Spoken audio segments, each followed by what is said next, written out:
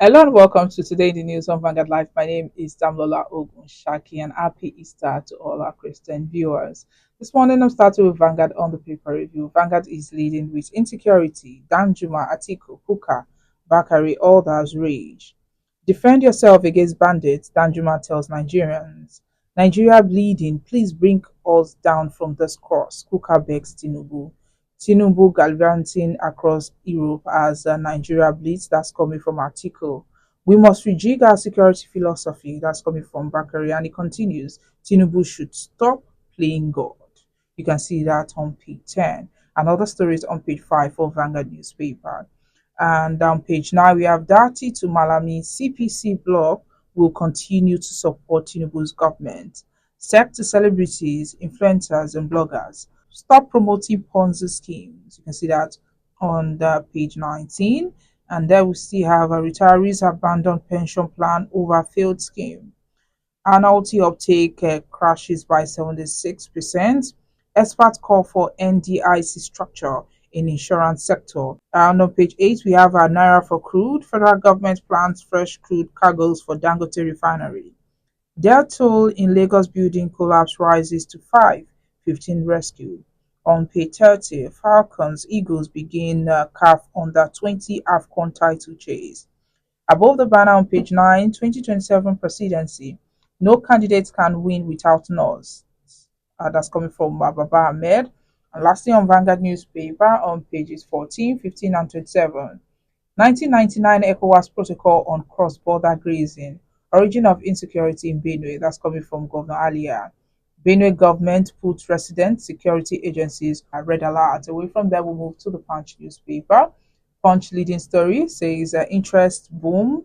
9 local banks generate 14 trillion naira from loans. How banks profited from lending in 12 months amid economic pressure. Judgment analysis reports me to LPDC, Falano Death Wiki. You can see that on page 29. Indebted retirees risk losing homes, says federal government. State police of agenda as neck meets Thursday.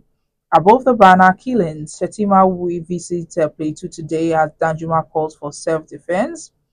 Presidency pushes back as Bakare Kukah criticized Tinubu's policies. Lastly, on the Punch newspaper, power crisis, federal government turns to banks for $23 billion lifeline. You can see that on page 23. Now the nation is leading with fatal Benue killing. State police are back on front burner. Issue may return to neck agenda this week. Senators developing legal framework. And here we have Pope Francis VI end to global conflict. Our think tank backs Sule's position on president's re-election. You can see that on page 3. And above the banner, we have Ponzi scheme, influencers risk imprisonment, sanctions await bloggers. DHL suspend the high value delivery over Trump tariff. Poor telecom service threaten virtual businesses. And lastly, on the Nation newspaper, Tinubu's appointment most accommodating, says Mercury. You can see that on page 5 of the Nation newspaper. And lastly, let's look at the Guardian. The Guardian is leading with despair in Benue, Plateau, as killings hit over 284 in 3 months. High cost, others caught 62 of internet access in Nigeria, others. Nations descending into tyranny. 10th National Assembly spineless, says Bakare. Easter, Christian Association of Nigeria urges Christians to promote dialogue and reconciliation. Nigeria needs cold chain infrastructure to curb 3.5 trillion naira post-harvest losses. SEC warns bloggers, influencers against promoting unregistered investment. Directly below the banner, we have ACF blames Nigerians' woes on corruption, nepotism, bad leadership. United States gives quit notice to international students with cancelled visa. Lastly, on the Guardian newspaper, Baba Ahmed says no Nigerian can be president without not. You can see that on page 3 of the Guardian newspaper. And that's all we have on the front pages of the dailies. Join us after the break for a brief analysis of some of the stories with our guests.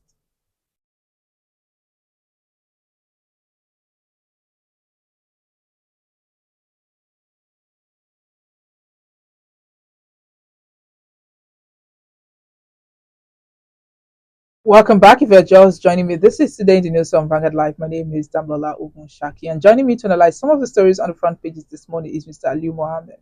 He's the CEO of Magnet Communications, former editor of Daily Times on Concord newspaper. Good morning, Mr. Good morning, Daminola. Happy Easter Monday. Yes, we should say. I was asking people that who are those who going to Galilee this morning? Let's go I should be together. asking you that.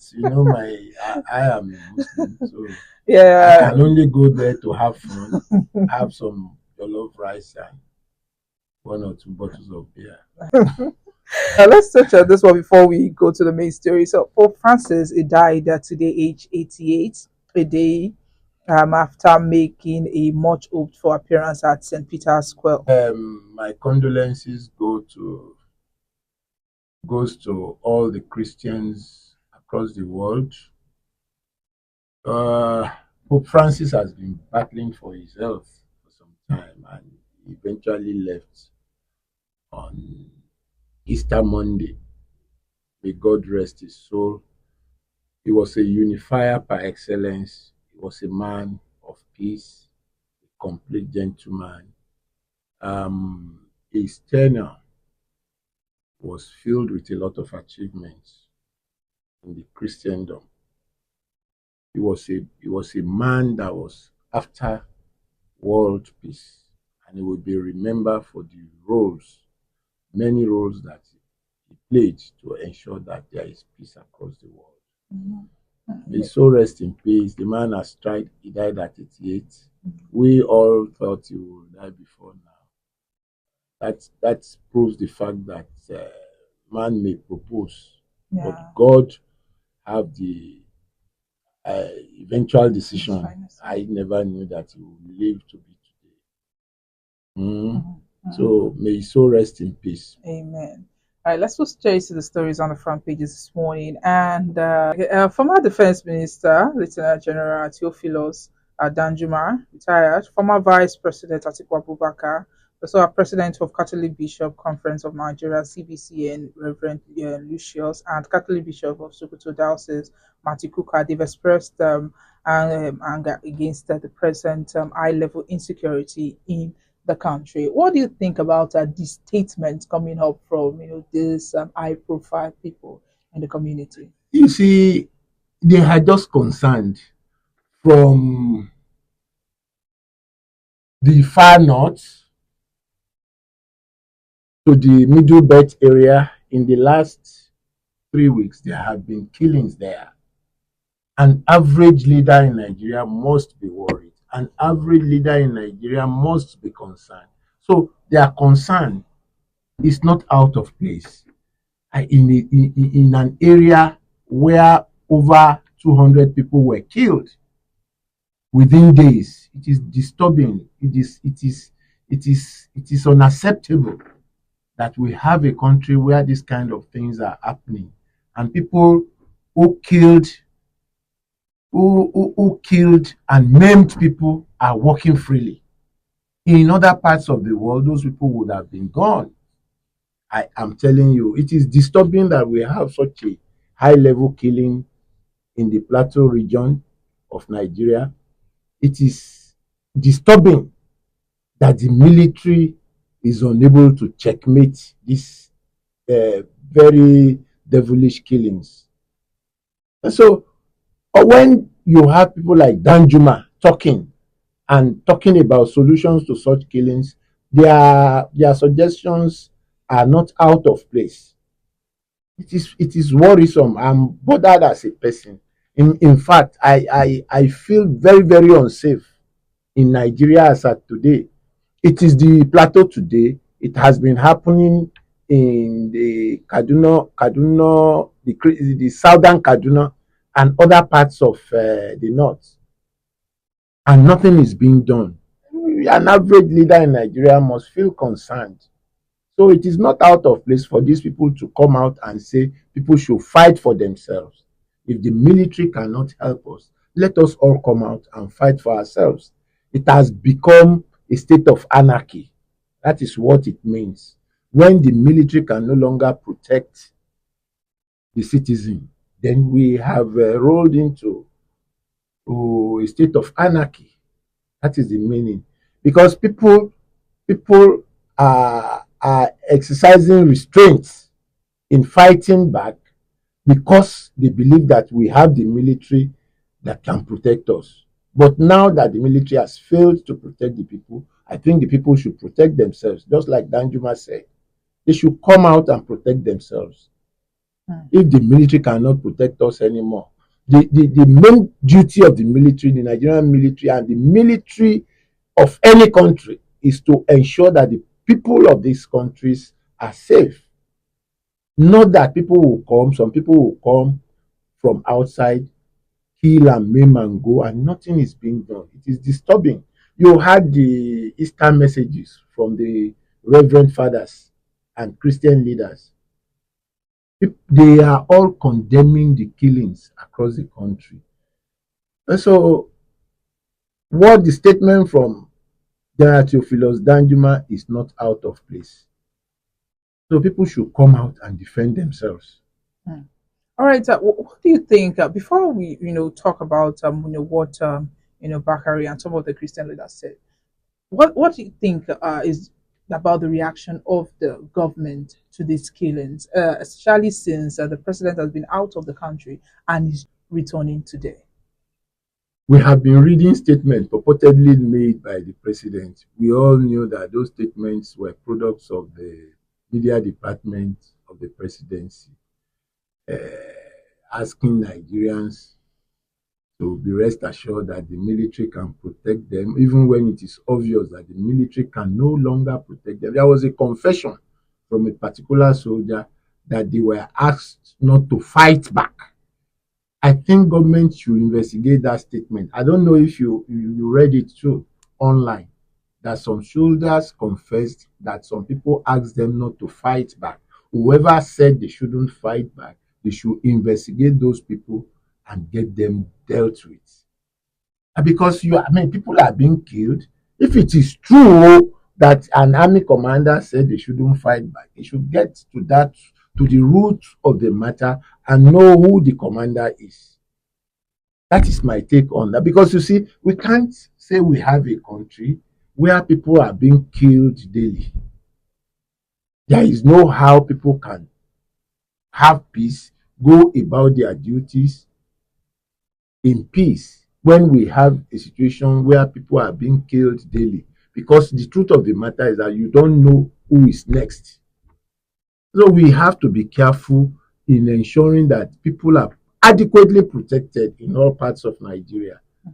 All, okay, sorry to cut it. Mm, The seven overseer of Citadel Global Community Church (CGC), Pastor Tunde Bakare. Now he mm, made some suggestion as mm. a way for them to to stop this. He said that we need to reinstate national security federalism by activating constitutional procedures for multi-level policing, including local, state, and zonal policy systems. And he also said that the government should facilitate formation of a zonal security council. In other words, they need to rejig the whole security This issues. Will this work at all? Damilola, this suggestion is filled with mere semantics. We are talking of a state of anarchy. You first of all have to sit down. The army, Nigerian armed forces that are going to fight this battle, do they have enough weapons? Do they have enough um, what is it? Enough soldiers to face this Boko Haram? Have you ever seen when this a situation where these Boko Haram members are moving? They move en masse on motorcycles. They have armored trucks. How did they get armored trucks? There is there is something that we must find out. How do they get their arms and ammunition? Some countries are backing these insurgents. It is obvious that some countries are backing them, arming them, funding them, ensuring that they have all the needed arms and ammunition to cripple a whole nation. We must first of all get to the root of the matter. How do they get these arms and ammunition? Then, as a nation, you now move to ensure that their sources of arms and ammunition are blocked. Then We mobilize our soldiers very well. We provide them with the necessary arms and ammunition and the firepower to have an upper hand against these insurgents. It's not about all these semantics. No, what you need fire to fight fire. Mhm. Huh? You don't sit down and start speaking English. Number one, what is the source of their arms and ammunition? They have armored cars too. How did they get these armored cars? You find out how they got their ammunition, the armored cars, all the things they are using, and make a serious attempt to block these sources. Then you move in and deal with them. I have seen videos of where helicopters were coming into the den of these guys and dropping arms and ammunition for them. Why has the Nigerian Air Force not tracked those aircrafts that are bringing in and dropping arms and ammunition for them? I have been asking these questions for years. We have the Nigerian Air Force. What is the Nigerian Air Force doing? Why can't the Nigerian Air Force conduct an area survey of our landmass and protect our landmass from all these incoming flights that comes to drop arms and ammunition for these insurgents? It is not too difficult a task for them to do. So if we are serious about fighting insurgency, we have to come out with how to gather information, collect information. It's not about just going there and shooting, bam, bam, bam, bam, bam, bam, and bombing.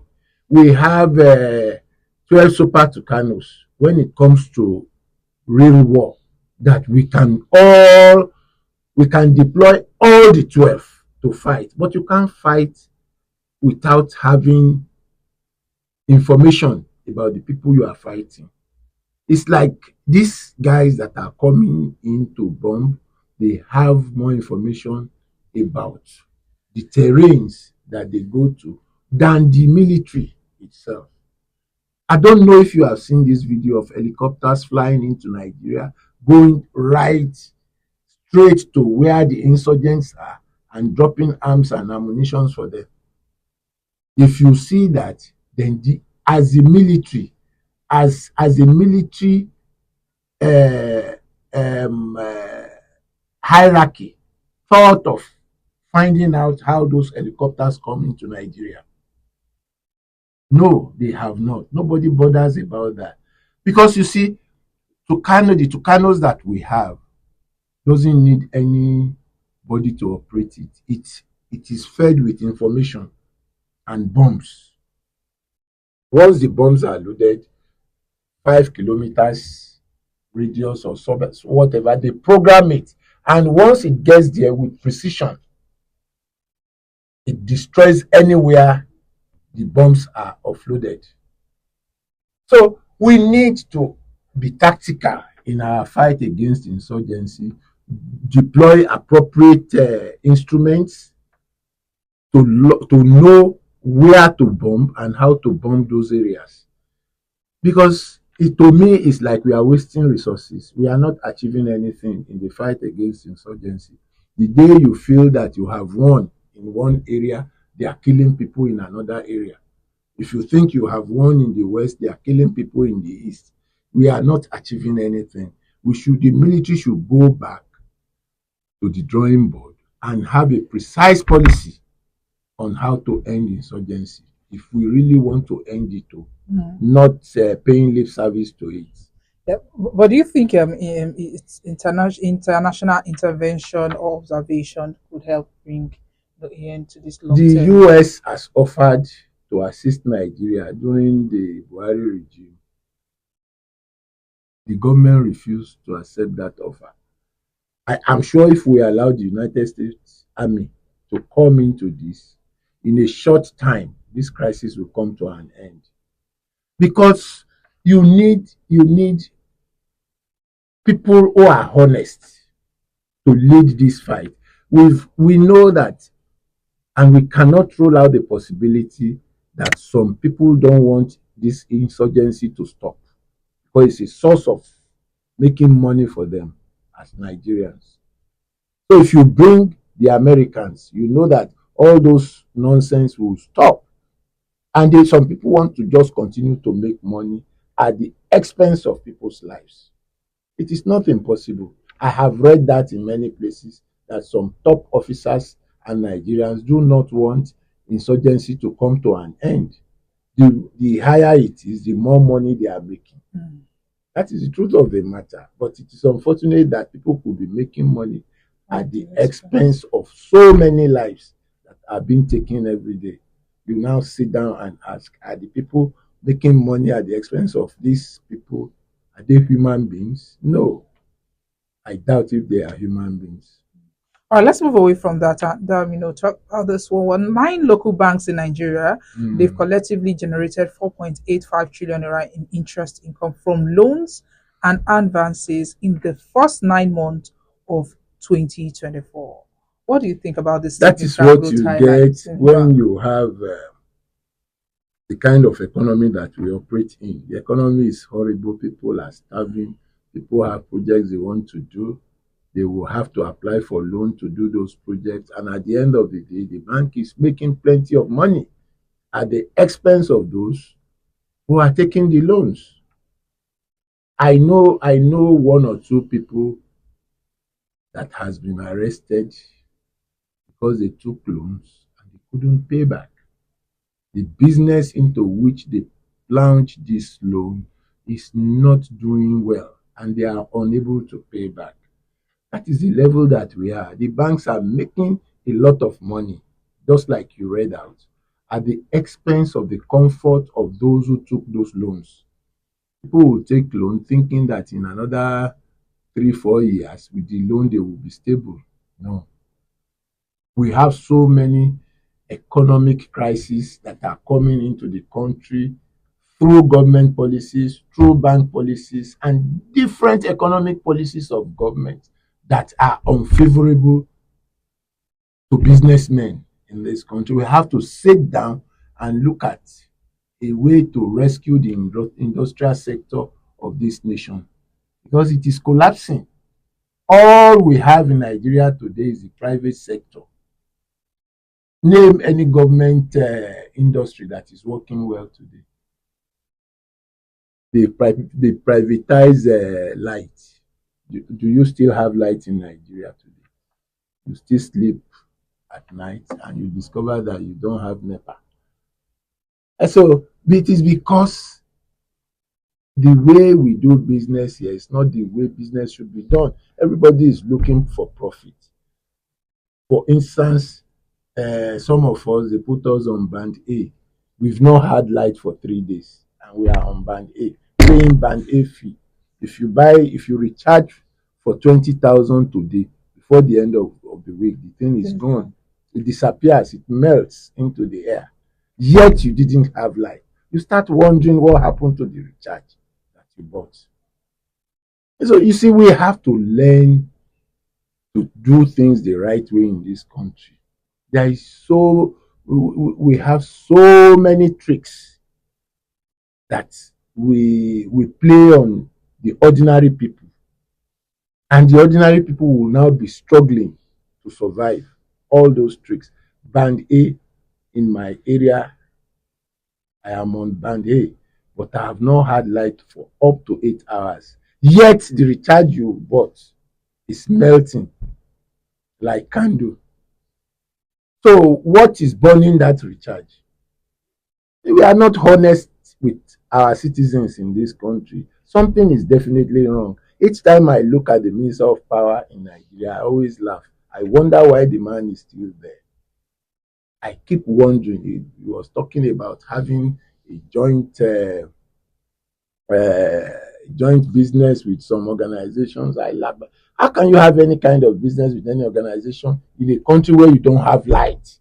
And you say some people are on band A, they are paying through their nose on band A, yet they can't enjoy power for 6 hours in a day. What kind of thing is that? There is a problem in this country. which I believe our leaders should sit down and look at. Security wise, we have problems. Economically, we have problems. When you have problems in these two areas, there is no how you can have a country that will develop easily. And that is why today the most abused person is the president of Nigeria. Hmm. He is the most abused person because everybody in other sectors that are supposed to work hand in hand with the president and ensure that he succeeds, they are doing different things. If you probe all the ministries in Nigeria today, you will see scandals. Scandals, I'm telling you. Let the president dare to probe all the ministries in Nigeria. You will be shocked. So we have to, first of all, see Nigeria as our country, not a country that must be milked to death because individuals want to become billionaires. That is what we are having today in Nigeria. Nobody cares about the country. They care more about the money that goes into their pockets. That is the truth of the matter. I have been thinking about all this for weeks. What exactly is going on? You had Buhari. People said Buhari didn't do anything. You have Tinubu today. Tinubu is seen as somebody that is also not working hard, despite the fact that the old man is trying to do his best. But his best seems not to be enough because of the people that are working with him. Probe all the ministers, you will be shocked the kind of scandal we are going to have in Nigeria today. Let him there probe all his ministers. You'll be shocked. All right, Mr. Liu, let's quickly talk about this one because our time is fast spent. So, Mm. Nigeria's apex capital market regulator, Securities and Exchange Exchange Commission, Commission. SEC, they have issued a stern warning to celebrities, social media influencers, and bloggers over the promotion of unregistered and fraudulent investment scheme, like the likes of CBEX, MMM, and Sharesway. So, and for the first time, it's now clearly defined that if any of these people who promote, if they promote it, to pay a fine of 20 million naira, would risk 10 years in prison. What do you think about this Ponzi See, scheme in Nigeria? we've been talking about greed since we started this program. It is greed that will push anybody to go and put money in an organization that is not specially recognized as a bank in this country. How it starts like this: I have 10 million. I want that 10 million to become 200 million. I put it there and it gives me 200 million. I want that 200 million to become 500 million. I put the 200 there, you get 500 million. Once you have that 500 million, eh, you will want 1 billion. And you put the 500 Oh, there, I it think will not come people out. even borrow to join together. Yes, you now put the 500 million there to get the 1 billion, and that's the end of the matter. It is a matter of common sense. People should be very careful about where they keep their money. So many people are crying today about CBEX because they didn't use their brains. If we have treasury bills, we have fixed deposits. If you want to make money reasonably from the system, you can invest in treasury bills for 1 year. You get some money. But it's like people want to invest 10 naira and make 100 naira within 1 month. And that is why they fall prey of all these fake investment companies. I'm always online. I have read a lot about all these people asking you to save 10,000 and collect 100,000. You ignore them. You see, the economic situation of the country has made a lot of people to become greedy and vulnerable to being swindled.